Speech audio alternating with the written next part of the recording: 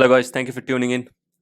So, the topic for today is the question that have been asked to me that you can currently see on the screen, and that is, what does it mean to be knowledgeable? Now, I found it absolutely necessary to differentiate between what is being informative and what is being knowledgeable. Now, I am not at all concerned with what the meaning of the word knowledgeable in dictionary or whatever. You can comment and say this is not what knowledgeable means, this is what Oxford dictionary says, and all those things. I'm not at all concerned with that. Just get the sense of what I'm saying. Don't go to the literal meaning of the word knowledgeable. Now, most people that you see, like PhD holders and people who know what they're doing in their field, who is a very good computer programmer or whatever, he is nevertheless only informative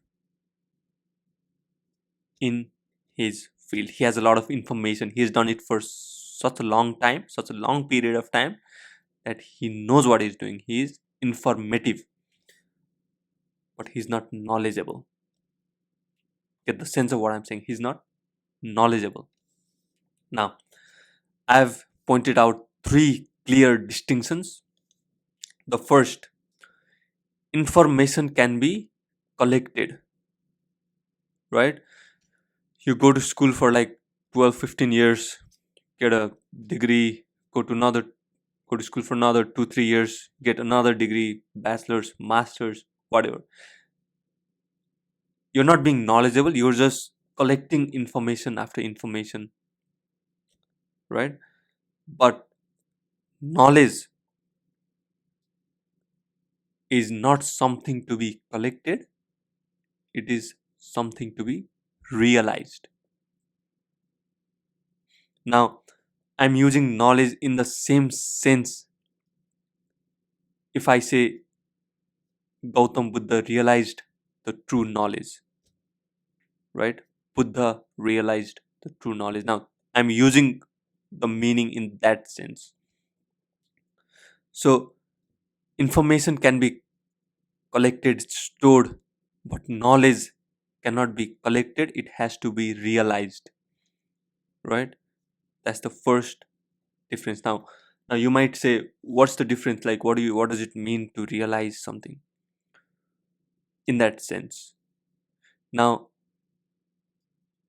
you cannot realize something just because you want to, just because you're meditating for several years, you put so much effort, you've read so many books, whatever, does not matter, does not count at all, right? You can put how much ever effort you want, but you can only realize when the nature wants you to, right? It is not something that you can do, but it is something that happens in the body mind organism, right? So that's the first difference. Information can be stored, collected, it can be less, more, whatever.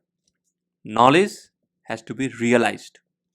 Now, the second one is, information is only valid within the society. Now, you can learn to drive, you can uh, get a PhD degree in something. All that is only valid when you're using it for something. You use that PhD degree to get a good job, to be reliable in some conversation, whatever it is. That is only valid within the societal structure. But knowledge is inward bound, right? I might even say that it has no, I cannot say that it has no societal use, but it is not concerned at all with the societal structure, right? Now, I just want to point out that Hindu culture had this very good system. Now, the system was this: if you divide human lives, if you assume that human lives for 100 years, and if you divide that by 4, now there is a chunk of 25 years each. Now, the first 25 years, you go to what they call Gurukul, which basically means that you go to learn from someone who is realized, who is not informative, who is realized. The first 25 years. And the last 25 years, you go banvas, which just means that you leave everything, you just get out of the societal structure and to find the true nature of oneself. Now, that was the system. I know if people actually realized or not, but that was the system. That means the platform was there because it was understood that a person only enters the societal structure because it makes the living of an individual easier. But nevertheless, it is just a structure and one has to come out of it to realize the truth. Right? So basically, the second point is that information is outward bound because you have to function in the society, you have to live a particular way, you have to be within the structure of the society, and knowledge is inward bound. It does not concern with the societal structure. And the third and the most important one is that information makes your personality, increases your personality. Now, I don't know if that's the right way to say increases your personality, but what I'm trying to say is that a baby is not born with his baby is not born with personality, right? He's given a name, he's taught what to do, what not to do, the right thing to do, the wrong thing to do, where to go, where not to go, what kind of a person to become, what kind of a person not to become, and all those things. Everything is taught to him, right? Now, that is what is creating a kind of personality that he thinks he is and people think he is. Now, all this information collectively is creating a personality for him. He is that kind of a person. He likes this, he does not like that. It is all based on information. But knowledge destroys your personality. It destroys your personality, right? Because,